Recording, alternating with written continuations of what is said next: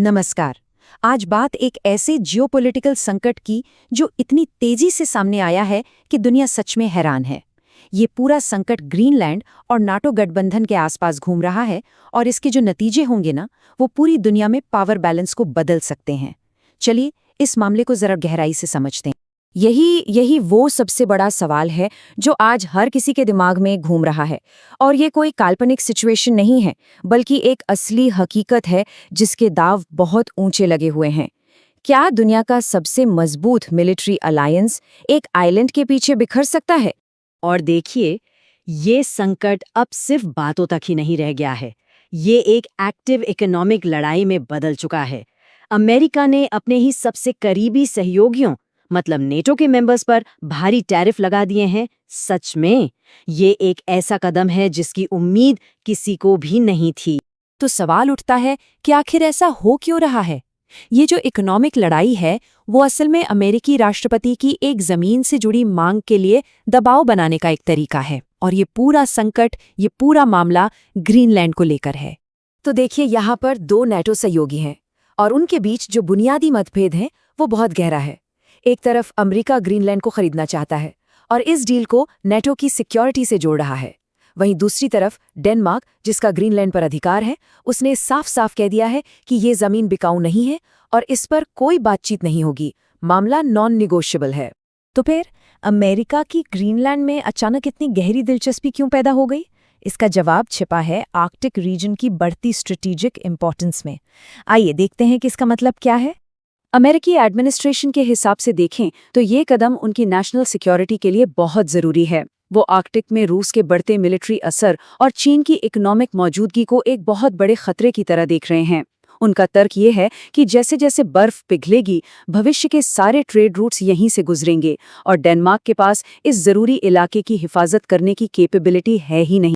तो एक diplomatic offer, एक पेशकश अब एक पूरी तरह से इकोनॉमिक लड़ाई में कैसे बदल गई, और वो भी इतनी तेजी से। ये दिखाता है कि सिचुएशन कितनी गंभीर हो चुकी है। अब जरा इस टाइमलाइन पर नजर डालिए। इससे पता चलता है कि ये संकट कितनी तेजी से बढ़ा है। 17 जनवरी को ऐलान हुआ, 1 फरवरी से 10% टैरिफ लागू भी हो गए और अगर कोई सौदा नहीं हुआ तो 1 जून तक ये टैरिफ बढ़कर 25% तक पहुंच जाएंगे। मतलब समय बहुत तेजी से हाथ से निकल रहा है। इससे साफ पता चलता है कि निशाने पर कौन है। ये कोई दुश्मन देश नहीं है, बल्कि अमेरिका के सबसे पुराने और भरोसेमंद साथी हैं। डेनमार्क, फ्रांस, यूके, जर्मनी, ये सब तो नाटो की नींव के पत्थर रहे हैं।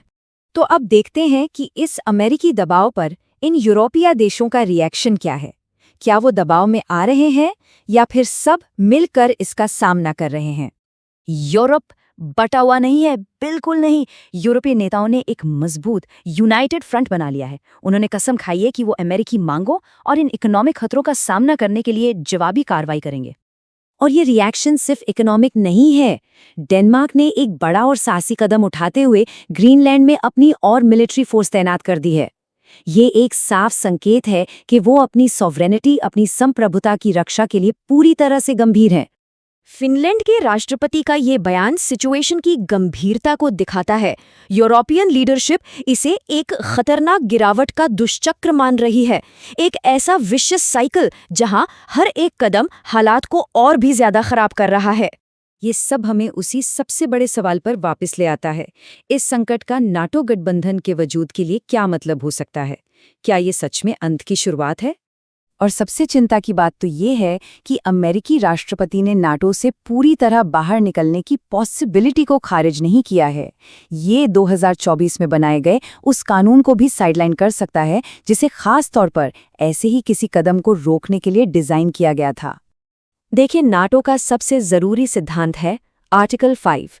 सीधा सा मतलब है कि किसी एक सदस्य पर हमला सब पर हमला माना जाएगा और सब मिलकर उसकी रक्षा करेंगे। यही इस पूरे गठबंधन की आत्मा है। अब जरा एक ऐसे सिनेरियो के बारे में सोचिए जो सुनने में अविश्वसनीय लगता है।